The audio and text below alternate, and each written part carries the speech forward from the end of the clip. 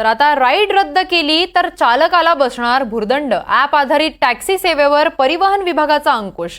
प्रवाशांना लागणारा 50 रुपयांचा भुर्दंड आता चालकांना पीक आवरमध्ये केवळ 20%च भाडं वाढवता येणार। राईड रद्द केली तर चालकाला भुर्दंड बसणार आहे। ॲप आधारित टॅक्सी सेवेवर परिवहन विभागाचा अंकुश। मुंबईसह राज्यात ॲप आधारित टॅक्सी सेवेचा वापर करण्याचं प्रमाण वाढलेलं आहे, परंतु अनेकदा चालक भाडे स्वीकारून रद्द करतात। प्रवाशाला राईड रद्द झाल्याचा भुर्दंड सहन करावा लागतो, परंतु आता चालकाने राईड रद्द केली तर त्याचे 50 रुपये प्रवाशांना भरावे लागणार नाहीत। पीक आवरमध्ये चालकांना नेहमीच्या वेळेत जे भाडे होते त्या भाड्याच्या केवळ 20%च भाडं वाढवता येणार आहे। नागरिकांच्या सोयीसाठी राज्य परिवहन विभागाने ॲप आधारित टॅक्सी सेवेकरिता नवीन नियमावली तयार केलेली आहे। ही नियमावली राज्य सरकारच्या मंजुरीसाठी पाठवण्यात आलेली आहे। राज्य सरकारची मंजुरी मिळाल्यानंतर ही नियमावली प्रत्यक्षात लागू होणार आहे। या संदर्भात अधिकची माहिती देण्यासाठी आमचे प्रतिनिधी महेश बागल आपल्यासोबत आहेत। महेश, नेमकी काय माहिती आहे या संदर्भात?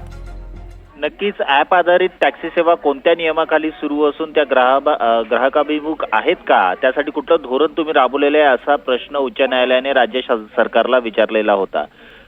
उच्च न्यायालयात या प्रकरणामध्ये एक सुनावणी सुरू होती आणि या संदर्भात प्रश्न विचारल्यानंतर राज्य शासनाच्या परिवहन विभागाने आता यावर अंकुश आणण्यासाठी काही हालचाली सुरू केल्याचं समोर पाहायला मिळत आहे। मुंबईसह राज्यात ॲप आधारित टॅक्सी सेवेचा वापर करण्याचे प्रमाण वाढलं आहे, पण अनेकदा चालक भाडे स्वीकारून रद्द करतात, त्यामुळे प्रवाशाला राईड रद्द झाल्याचा भुर्दंड सहन करावा लागतो। यावर उपाय म्हणून आता चालकाने राईड रद्द केली असेल तर त्याचे 50 रुपये प्रवाशांना भरावे लागणार नाहीयेत।